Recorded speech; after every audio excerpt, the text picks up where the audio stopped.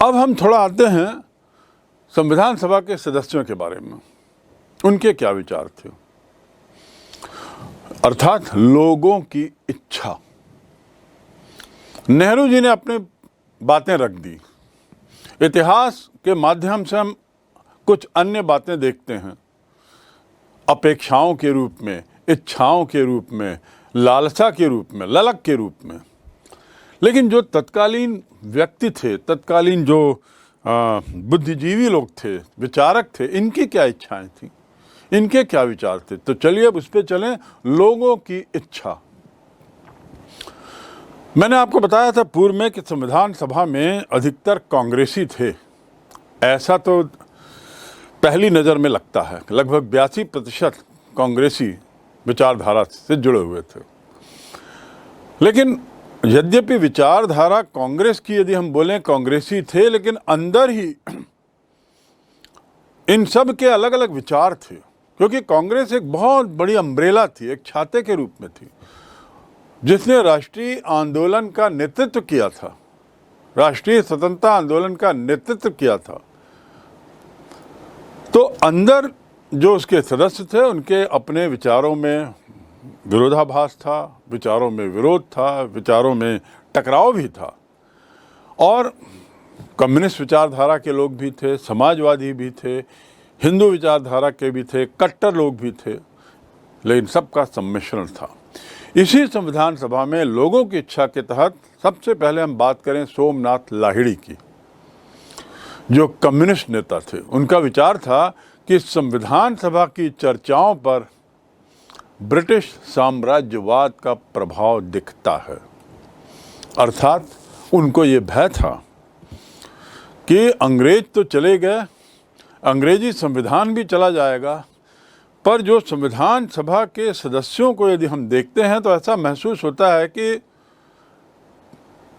ये संविधान जो नया बनेगा, इस पर भी अंग्रेजी साम्राज्यवाद का प्रभाव दिखाई देगा, जो उचित नहीं है। स्वतंत्रता नहीं दिखाई देगी, एक स्वतंत्र निर्णय नहीं दिखाई देगा।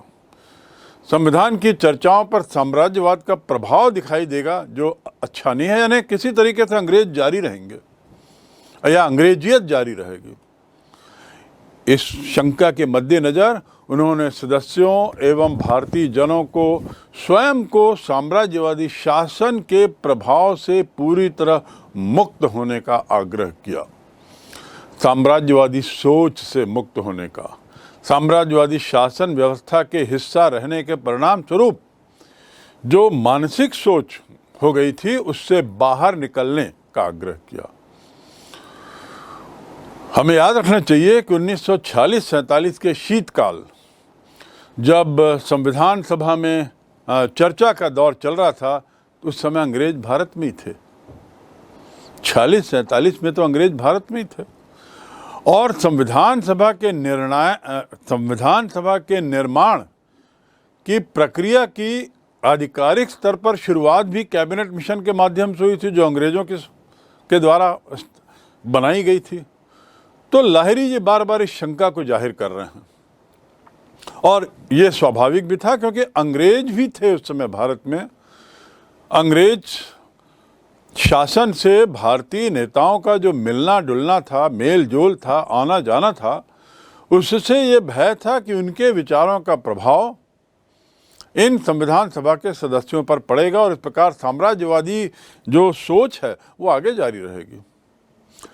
जवाहरलाल नेहरू की अध्यक्षता में प्रशासनिक कार्यभार संभालने वाली अंतरिम सरकार, इंटरिम गवर्नमेंट। ये इंटरिम शब्द का अर्थ क्या है? इंटरिम मतलब फॉर द टाइम बीइंग, कुछ समय के लिए। कब तक के लिए? वो कुछ समय कौन सा होगा? पहली सरकार गई और दूसरी सरकार के बनने, निर्वाचित होने तक बीच का जो काल है वह इंटरिम काल कहलाता है, और उस काल की सरकार इंटरिम सरकार कहलाएगी, क्योंकि नई निर्वाचित सरकार तो अभी नहीं आई है। भारत जैसे ही स्वतंत्र होता है, अंग्रेज जाते हैं, अंग्रेज जब जाते हैं तो वो शासन किसको छोड़ के जाते हैं? शासन हस्तांतरण की प्रक्रिया तो होगी ही पूरी, तो वो किसको हस्तांतरित करते हैं शासन? तो एक कुछ सदस्यों का एक ग्रुप बनाया जाता है जो सरकार का रूप लेती है, और ऐसी सरकार को अंतरिम सरकार कहते हैं। आप यदि अपनी कक्षा के दृश्य की बात करें तो कक्षा में आप अगली कक्षा में जाते हैं वार्षिक परीक्षा के बाद, और अगली कक्षा में जाते हैं तो आपके लिए कक्षा अध्यक्ष का चुनाव होना है। वह चुनाव 10 दिन बाद होगा। तो पहले दिन से 9वें दिन तक जो कक्षा चल रही है, उस समय कक्षा का कप्तान कौन रहेगा, अध्यक्ष कौन रहेगा? तो ऐसी व्यवस्था की जाती है कि या तो हम में से जो सबसे होशियार है, जो पहला आया, उसे अध्यक्ष बना दिया, और या पिछले साल जो इसी कक्षा में कप्तान था, हमारी कक्षा में, उसको अध्यक्ष बना दिया। फिर 10 दिन तक वो बच्चा अध्यक्षता करता है, कक्षा की कप्तानी करता है, और 10वें दिन जब वास्तव में चुनाव होता है तब नया अध्यक्ष चुना जाता है। तो ये 10 दिन के काल में जो तदर्भ तरीके से, अस्थायी तरीके से जो अध्यक्षता कर रहा है, वह अंतरिम अध्यक्ष कहलाएगा। अब आप समझ गए अंतरिम का अर्थ क्या है? तो ये इंटरिम गवर्नमेंट बनी। तो पंडित जवाहरलाल नेहरू के नेतृत्व में जो अंतरिम सरकार बनी थी, वह भी वाइसरॉय के मातहत थी, क्योंकि वाइसरॉय भी भारत में था। अंतिम वाइसरॉय लॉर्ड माउंटबेटन, उनकी छाया तो देश के नेताओं, प्रतिनिधियों, समाज पर पड़ ही रही थी। वाइसरॉय शब्द, आप सोचते होंगे कि माउंटबेटन को लोग गवर्नर जनरल बोलते हैं, यहाँ कुछ लोग वाइसरॉय बोलते हैं, आखिर वो थे क्या? इस बात को आप थोड़ा समझ लें कि जो भारत में 1857 के पहले की क्रांति जब हुई, 1857 की क्रांति, सो उस क्रांति के पहले अंग्रेज लोग हर प्रांत में गवर्नर बैठाए थे, अपना प्रतिनिधि, मुखिया, और उसको वो गवर्नर कहते थे। और इन सब गवर्नरों के बीच से एक को उन्होंने गवर्नर जनरल घोषित किया था। आप समझ गए? प्रांतों के, अंग्रेजी प्रांत आप देख रहे हैं ये नक्शे में, 1857 के ठीक पूर्व इन हर प्रांत में एक एक गवर्नर होता था, जो प्रतिनिधि होता था। अब ये गवर्नर ईस्ट इंडिया कंपनी के मातहत उस समय कार्य करते थे। जब 1857 में अंग्रेजी सत्ता आई तो एक परिवर्तन आया। ईस्ट इंडिया कंपनी ने क्या किया था, इन गवर्नरों के ऊपर एक गवर्नर जनरल भी नियुक्त किया था, जो सभी गवर्नरों का मुखिया होता था। तो इस प्रकार वो व्यक्ति क्या कहलाता था? Governor general. गवर्नरों के ऊपर गवर्नर जनरल।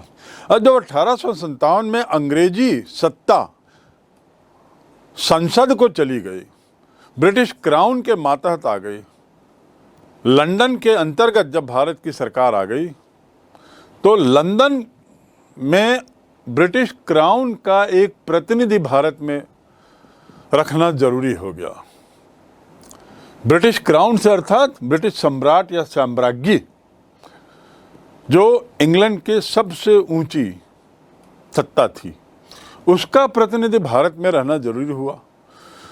तो उन्होंने क्या किया, अंग्रेजों ने गवर्नर जनरल को ही अपना प्रतिनिधि बना दिया, और इस प्रकार गवर्नर जनरल 2 पदों को देखने लगा एक साथ। एक तो वो गवर्नर जनरल, जिसके तहत वो गवर्नरों का मुखिया बना रहा, और दूसरा अंग्रेजों का प्रतिनिधि। अंग्रेजों के प्रतिनिधि के रूप में उसका टाइटल था वाइस रॉय। रॉय बना है रॉयल से, रॉयल मतलब ब्रिटिश किंग या क्वीन, और वाइस माने assistant, assistant to the British king और क्वीन। इस प्रकार एक ही व्यक्ति governor general cum viceroy रहा। अब आप समझ गए, एक ही व्यक्ति 2 पद लेके चलता रहा। गवर्नर जनरल के रूप में वो भारत में सभी गवर्नरों को देखता था, और वाइस रॉय के रूप में वो अंग्रेजी सत्ता का प्रतिनिधित्व करता था, उनके आदेशों को आगे गवर्नरों तक बढ़ाता था। तो लॉर्ड माउंटबेटन भी गवर्नर जनरल और वाइस रॉय थे दोनों। तो अब ये कन्फ्यूजन अब आपको नहीं होना चाहिए, वह दो पद एक साथ देखते थे। तो रही बात माउंटबेटन आदि की, ये लोग तो 15 अगस्त 47 तक थे, तो इनकी छत्र छाया, इनकी छाया तो पड़ती रही होगी। ब्रिटिश सरकार के निर्देश भी इस वाइस रॉय के माध्यम से भारत की अंतरिम सरकार को आते रहते थे। अर्थात संविधान सभा अभी भी, उसके सदस्य अभी भी अंग्रेजी विचारों से प्रभावित तो होते रहे होंगे, ऐसा लाहिड़ी का कहना था। लाहिड़ी का कहना था कि अंग्रेजों द्वारा निर्मित विधानसभा, संविधान सभा, ये अंग्रेजों द्वारा निर्मित क्यों कही जा रही है? क्योंकि कैबिनेट मिशन प्लान के तहत संविधान सभा की स्थापना हुई थी, और कैबिनेट मिशन प्लान जो है उसमें तीनों जो थे अंग्रेज थे, sir Stafford Cripps, Pethick Lawrence और अलेक्जेंडर, तीनों ही तो अंग्रेज थे। तो इस सभा में अंग्रेजों की योजना को साकार करने का भय है, ऐसा लाहिड़ी का कहना था कि अंग्रेज अभी भी कुछ चाल चल रहे हैं और संविधान सभा के माध्यम से अब वे अपनी सत्ता को परोक्ष रूप से शायद फिर बढ़ाना चाहते हैं। तो इस प्रकार लाहिड़ी का ये भय था कि अंग्रेजों द्वारा नियमित इस संविधान सभा में अंग्रेजों की योजना को साकार करने का प्रभाव दिखता है। जवाहरलाल नेहरू भी ये बात को समझते थे कि अधिकांश राष्ट्रवादी नेता एक भिन्न प्रकार की संविधान सभा चाहते हैं। उनको मालूम था, नेहरू को, कि लाहिड़ी की बात में कुछ दम तो है, और सच्चाई तो यह है कि बहुत से सदस्य इस बात को कह रहे हैं कि संविधान सभा का रूप दूसरा होना चाहिए। इसका मुख्य कारण था कि मौजूदा संविधान सभा का गठन ब्रिटिश सरकार के द्वारा हुआ था। साथ ही ये भी शंका थी कि सरकार द्वारा जो कुछ शर्तें संविधान सभा की कार्यप्रणाली को संचालित करने के लिए लगाई गई हैं, उसके पीछे भी ये ब्रिटिश साम्यवादी हित छुपा हुआ है। आखिर ऐसी क्या जरूरत थी कि इस तरह की कुछ शर्तें लगाई जाएं? इस स्थिति पर अपनी बात रखते हुए, इन शंकाओं पर अपना स्पष्टीकरण देते हुए पंडित नेहरू कहते हैं, किंतु आपको उस स्रोत को नज़रअंदाज नहीं करना चाहिए, किंतु आपको उन स्रोतों को नज़रअंदाज नहीं करना चाहिए जहां से इस सभा को शक्ति मिल रही है। अर्थात उनका कहना था कि भले ही स्थापना का आदेश या स्थापना की सूचना या स्थापना की प्रक्रिया कैबिनेट मिशन के माध्यम से हो, अंग्रेज़ों के माध्यम से हो, लेकिन अंततः हम में जो इनर स्ट्रेंथ है, हमारे को जो असली ताकत आ रही है, वो कहाँ से? हमारी अपनी जनता से। इस सभा को जो शक्ति मिल रही है वो अंग्रेजी आदेश से नहीं, इस सभा को जो शक्ति मिल रही है वो भारतीय समाज से, भारतीय जनता की इच्छा इसमें दिख रही है। सरकारें कागजों से नहीं चलती, सरकार जनता की इच्छा की अभिव्यक्ति है। और इस प्रकार संविधान सभा के सदस्य, बैठे हुए सदस्य, जो कार्य वो यहाँ करेंगे वे जनता की इच्छा की अभिव्यक्ति ही तो है। तो आपकी असली ताकत जनता से है। ये छोटे मोटे मुद्दे कि इसमें साम्राज्यवाद की बू आ रही है, इसमें अंग्रेजी छत्र छाया के अंतर्गत कार्य करने की अनुभूति हो रही है, आदि आदि सबको भूल जाइए। यानी नेहरू का जो हृदय था बड़ा विशाल था, बहुत उदार था, बहुत विनम्र था, और इसीलिए इन बातों को वो अपनी प्रस्तावना में और प्रस्ताव देते समय और उसके बाद के विचारों में व्यक्त करते हुए स्पष्ट करते हैं कि इन सब से ऊपर उठो, इन संकीर्ण सोच से ऊपर उठते हुए सोचो कि आज जो आप संविधान सभा के सदस्य के रूप में यहाँ बैठे हैं, तो उसकी ताकत आपको कहाँ से मिल रही है? आपकी अपनी स्वयं की जनता से। और हम उतनी दूर तक ही जाएंगे जितनी दूर तक लोग हमें वहाँ जाने देना चाहेंगे। यानी संविधान सभा के डिस्कशन होगा, कानूनों का जो निर्माण होगा, निर्णय होगा, उसमें हम उतना ही चलेंगे जितना हमारी जनता हमको साथ दे रही है, जितना कि हमारी जनता हमारी बात को स्वीकार कर रही है। अर्थात जनता के विचारों का मात्र हम प्रतिबिंब ही तो रहेंगे। उन्होंने बड़ा साफ कहा कि जनता हमारी ताकत है, हमारे पास तो जनता की ताकत है। उनका अटूट विश्वास था लोकतंत्र में, इस बात से स्पष्ट होता है। और इनका ये कहना कि सरकारें कागज में नहीं बनती बल्कि जनता के इच्छा की अभिव्यक्ति है, ये एक बहुत बड़ी बात है। हम यहाँ इसलिए नहीं जुटे हैं कि हमें अंग्रेज सरकार ने इकट्ठा किया है, हम यहाँ इसलिए जुटे हैं क्योंकि जनता ऐसा चाहती है। हमारे पास जनता की ताकत है और चूंकि हम जनता की ताकत के बल पर यहाँ हैं, हम उतना ही चलेंगे जितना जनता हमसे चाहेगी, फिर वे चाहे किसी भी समूह अथवा पार्टी अथवा ग्रुप से संबंधित क्यों न हो। इसलिए हमें भारतीय जनता की आकांक्षाओं एवं भावनाओं को अपने जेहन में सदैव रखना होगा और उन्हें पूरा करने का प्रयास करना होगा। अपने इस संबोधन भाषण में वे इस बात की बार बार लोगों को समझाइश देते हैं कि अपने अंदर भारतीय जनता की आकांक्षाओं की सोच लगातार बनाए रखो, भारतीय जनता की भावनाओं की सदैव इज्जत करते हुए इस संसद के अंदर, इस सभा के अंदर बयानबाजी करें। इस सभा के अंदर जो भी विचार विमर्श होगा वह आपका अपना विचार ना हो करके भारतीय जनता के विचार के रूप में प्रस्तुत किया जाना चाहिए, ऐसा वे सदस्यों को बारंबार चेता रहे थे।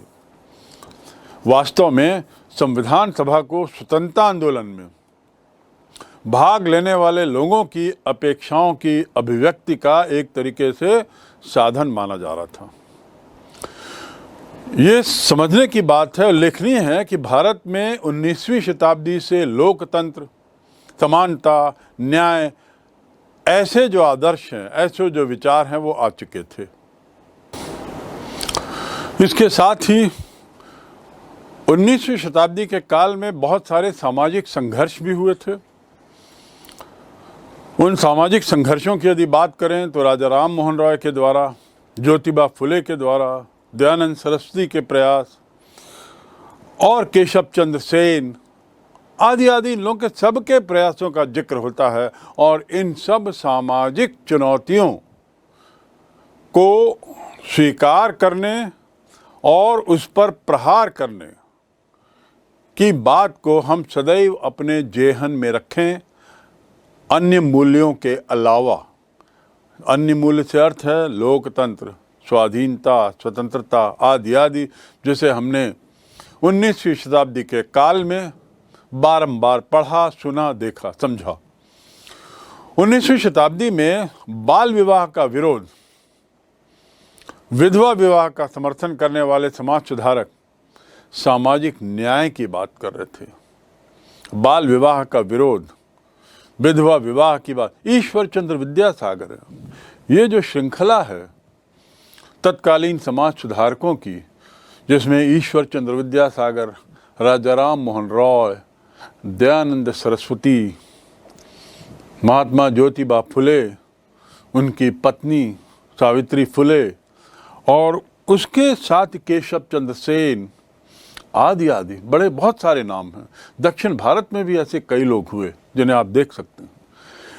और इन्होंने दास प्रथा का उन्मूलन, बाल विवाह का उन्मूलन, विधवा विवाह के लिए समाज में व्यवस्था लाना, सती प्रथा के बंद होने का प्रयास, जाति प्रथा को कमज़ोर करने की कोशिश, इन सब ने ये सतत रूप से की।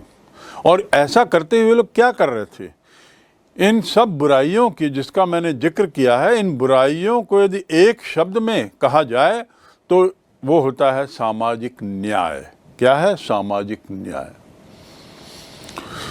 ये लोग सब सामाजिक न्याय की बात कर रहे थे और इस प्रकार सामाजिक न्याय, लोकतंत्र, स्वतंत्रता, बंधुत्व, ये सब एक दूसरे से गहन रूप से जुड़े हुए थे।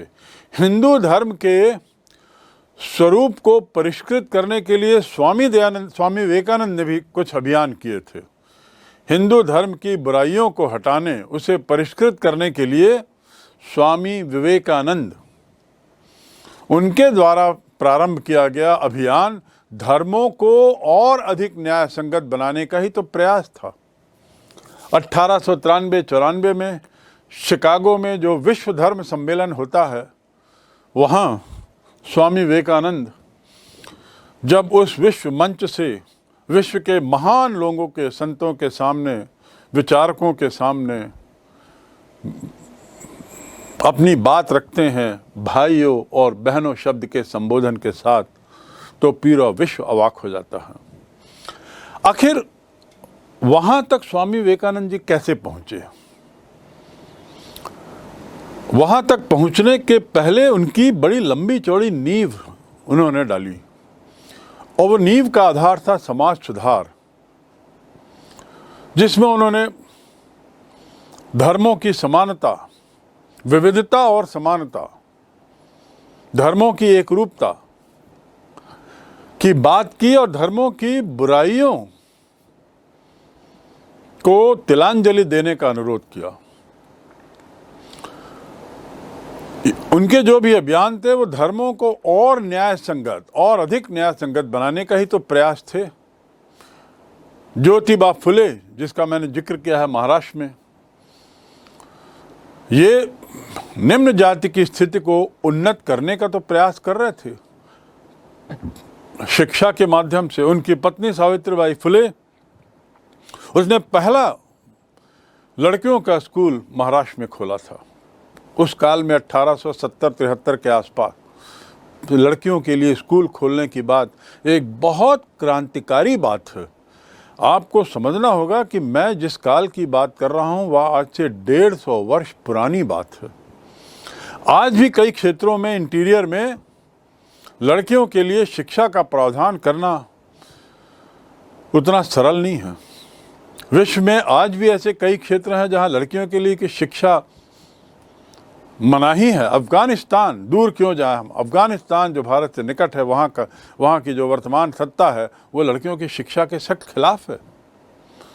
ऐसी स्थितियों में, ऐसी विषम स्थितियों में जब अंग्रेजी सत्ता पूरी हावी थी, उनका भी दमन चल रहा था, लड़कियों के लिए शिक्षा के नाम से स्कूल खोलने की बात सावित्रीबाई फुले द्वारा बहुत बड़ी बात थी।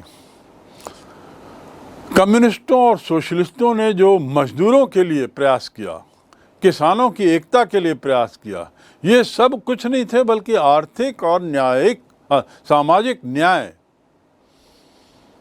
को प्राप्त करने के ही प्रयास थे। इस प्रकार हम ये देख सकते हैं कि भारतीय राष्ट्रीय आंदोलन एक दमनकारी और अवैध सरकार के विरुद्ध संघर्ष तो था ही। मैं पुनः दोहरा दूं, इस पूरी बात से तात्पर्य यह है कि हम भारतीय राष्ट्रीय कांग्रेस का जो संघर्ष है, राष्ट्रीय आंदोलन का जो संघर्ष है, इसको हम दो रूपों में देखते हैं। एक तो रूप है जिसमें दमनकारी और अवैध विदेशी सरकार के खिलाफ संघर्ष, और दूसरा लोकतंत्र और न्याय, नागरिकों के अधिकार और समानता देने का भी संघर्ष है। राष्ट्रीय आंदोलन दो दिशाओं में चलता है, या उसके दो आयाम होते हैं। दो दिशाएं तो नहीं कहना चाहिए, दो आयाम हैं। एक समाज सुधार और दूसरा स्वतंत्रता, अंग्रेजों से स्वतंत्रता। जैसे जैसे प्रतिनिधित्व की मांग बढ़ती है, अब ये दूसरा मुद्दा आया। एक सच्चा लोकतंत्र वो है जो वास्तव में समाज का सही प्रतिनिधित्व करता हो। ऐसा नहीं कि समाज के कुछ तबके के लोग ही वहाँ की शासन व्यवस्था में जमे हुए हों और वो लोकतंत्र कहलाए। वो सच्चा लोकतंत्र नहीं है। अमेरिका में तो जो काले लोग कहलाते हैं, ब्लैक्स, उन्हें तो मत देने का अधिकार भी इस शताब्दी 19वीं शताब्दी के अंत तक मिला है या 20वीं शताब्दी के प्रारंभ में उनको मिला। तो अब यहां पर लोकतंत्र के प्रतिनिधित्व की बात आती है। भारत के राष्ट्रीय स्वतंत्रता संग्राम में जब हमारे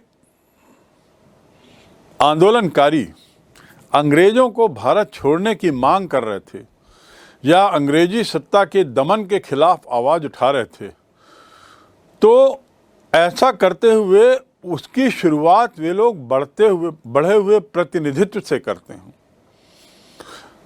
1900 के पहले के 2 दशक यानी 1870-80 से भारतीयों ने यदि स्वतंत्रता की मांग नहीं रखी थी तो उसके कुछ अन्य कारण थे, जिस पर आप राष्ट्रीय आंदोलन के अध्याय में विस्तार से समझ सकते हैं।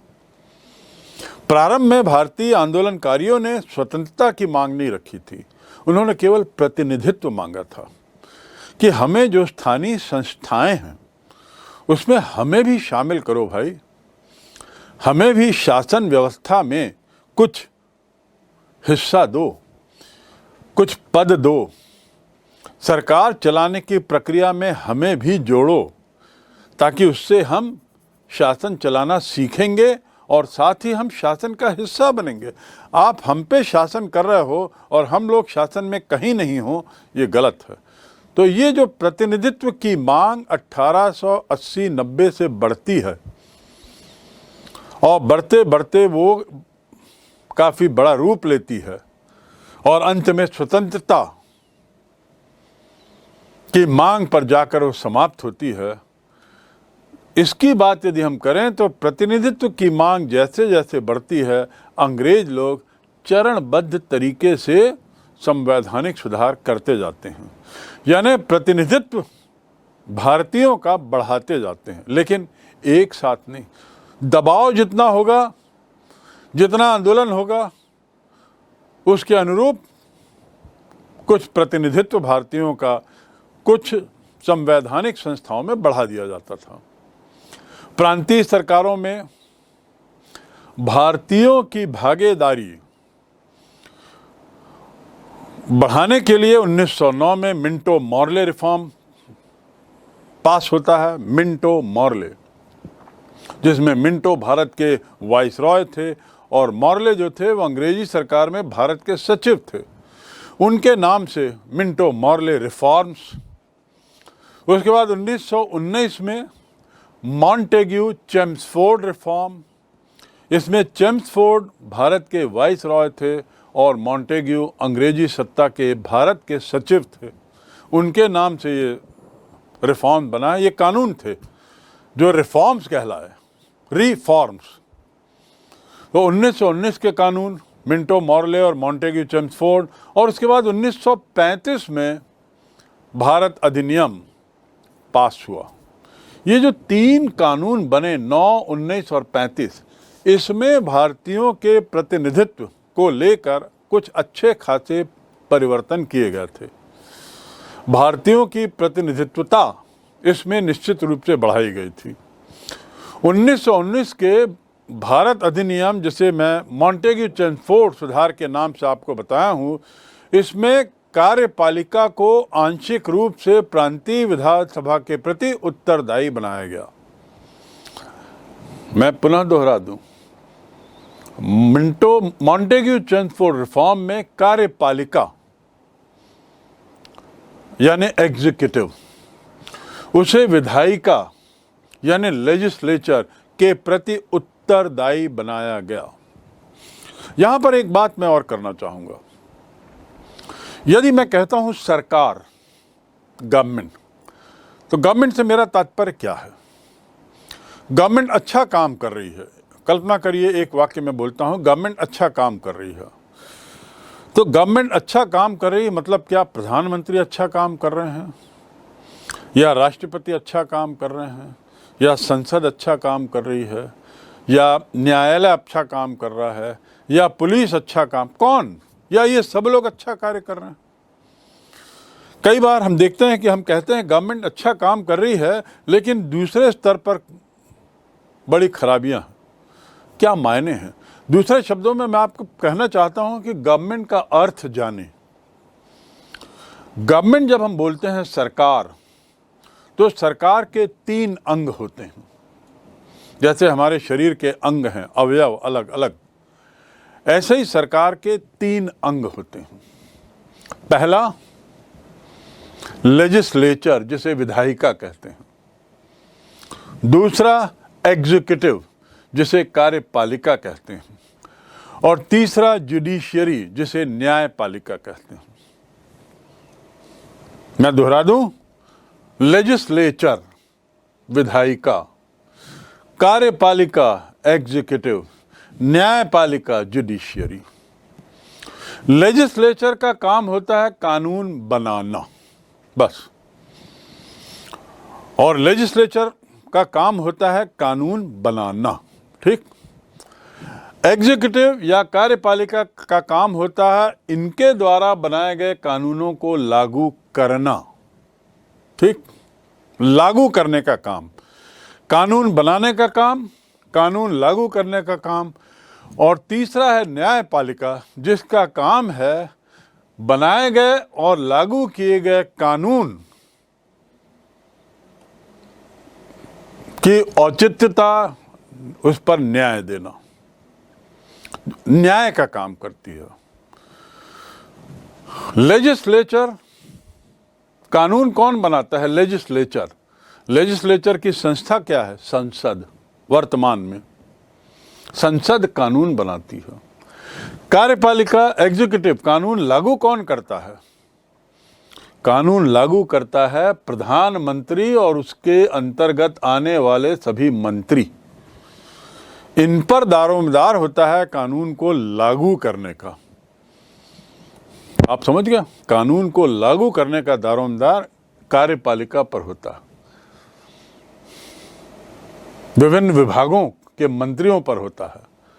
और ये मंत्री अपने अंतर्गत आने वाले सारे आईएएस, आईपीएस, ब्यूरोक्रेट्स के माध्यम से, पुलिस ऑफिसर के माध्यम से और अन्य अधिकारियों के माध्यम से देश चलाते हैं। कार्यपालिका। और न्यायपालिका को किससे दर्शाते हैं? सर्वोच्च न्यायालय से। तो संसद, प्रधानमंत्री और उनकी सरकार, और यहाँ पर सर्वोच्च न्यायालय।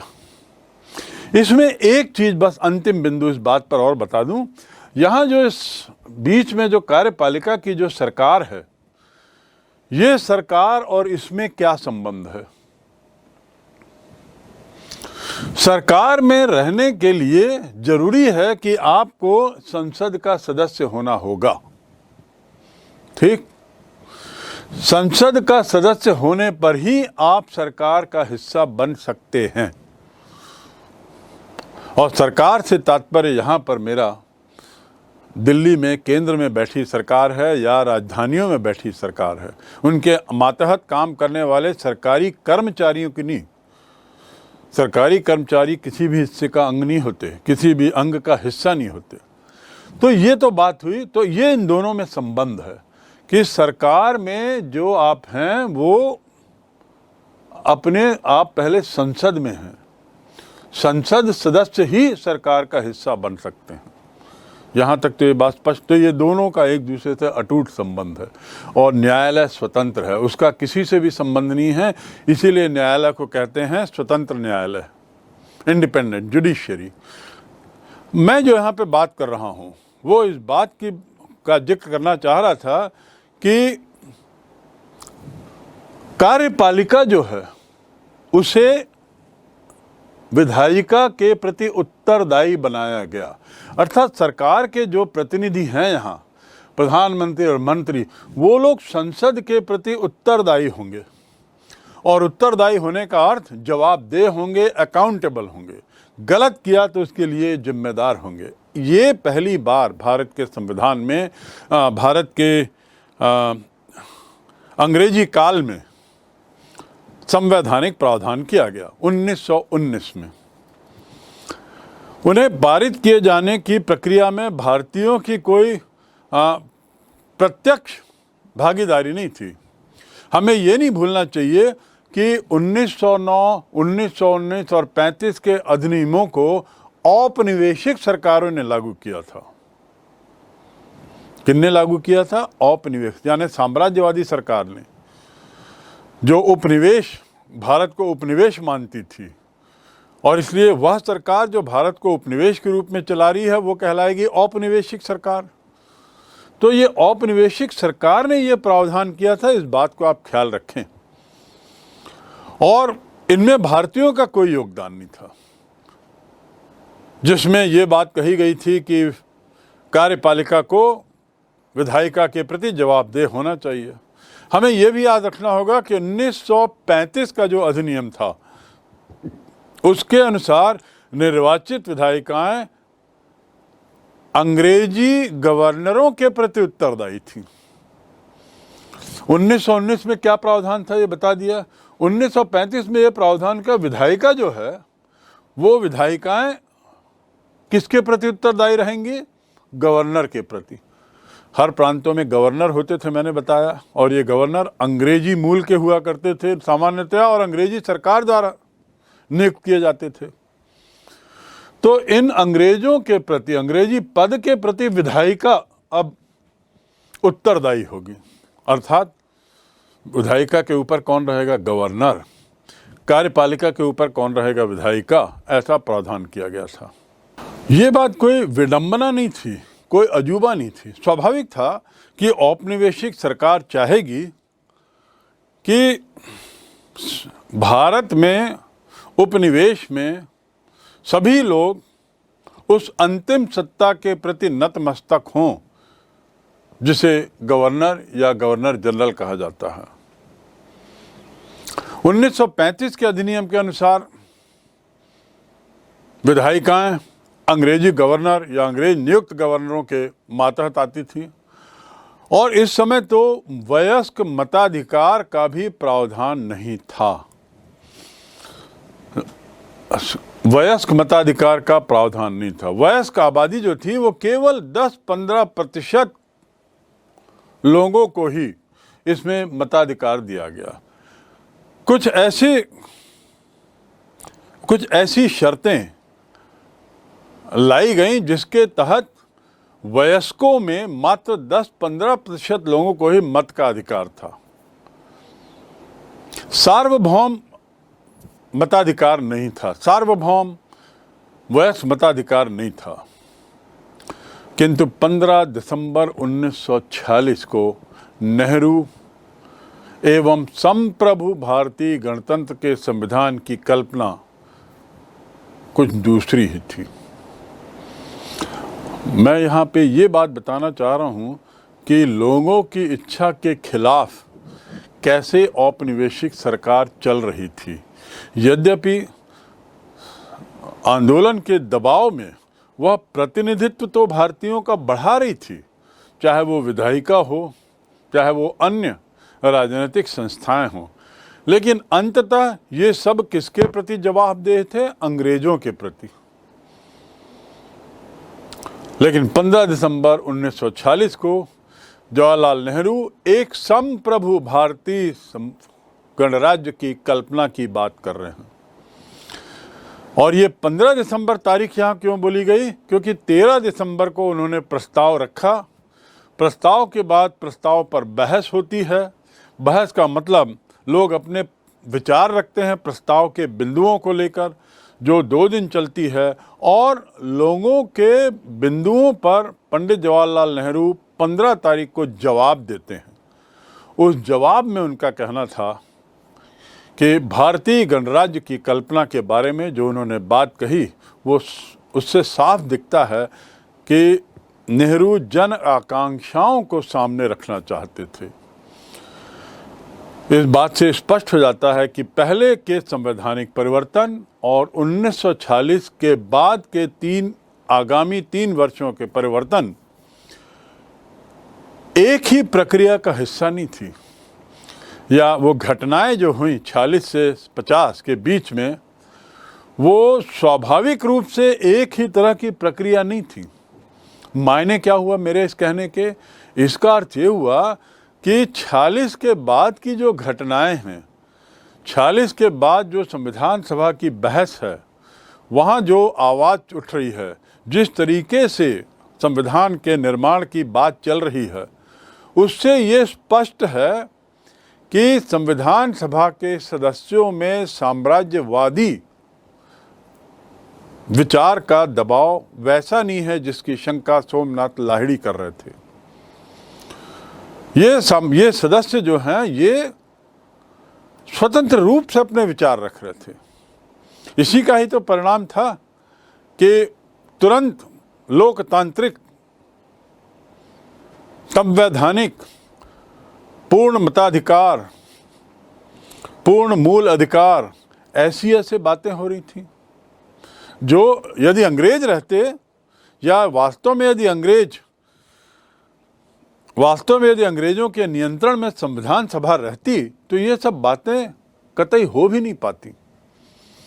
सोचने की तो बात होने की तो बात ही दूर, लोग सोच भी नहीं पाते ऐसे शब्द, ऐसे विचार।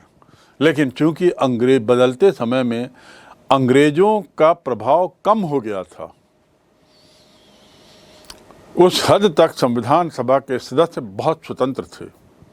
यद्यपि उसका निर्माण, संविधान सभा का निर्माण कैबिनेट मिशन के प्रस्ताव से हुआ, लेकिन निर्माण तक तो उनका प्रभाव रहा। लेकिन एक बार निर्माण हो गया, उसके बाद सदस्य मुखर हुए, स्वतंत्र हुए और उन्होंने ऐसे विचार रखे जो अंग्रेजी सत्ता के मातहत रहते हुए संभव नहीं था, अंग्रेजी उपनिवेशवाद के अंतर्गत संभव नहीं था। जनता की आवाज़ दिखती है इन सब बातों में साफ। तो इस बात को आप याद रखें कि इस पूरी घटनाओं से स्पष्ट हो जाता है कि पहले के संवैधानिक परिवर्तन 1909, 1919, 1935 आदि के और 1946 के बाद की घटनाएं एक प्रक्रिया का हिस्सा नहीं दिखती। पहली घटनाएं साम्राज्यवादी प्रक्रिया का हिस्सा दिखती हैं, दूसरी घटनाएं गैर साम्राज्यवादी प्रभाव का हिस्सा दिखती हैं। इस बिंदु को अब आप समझ गए होंगे अच्छी तरह कि लोगों की इच्छा कैसे परिलक्षित हो रही है और अंग्रेज़ों के रहते हुए भी, वाइसरॉय के भारत में रहते हुए भी संविधान सभा काफ़ी कुछ स्वतंत्र थी अपने विचारों में।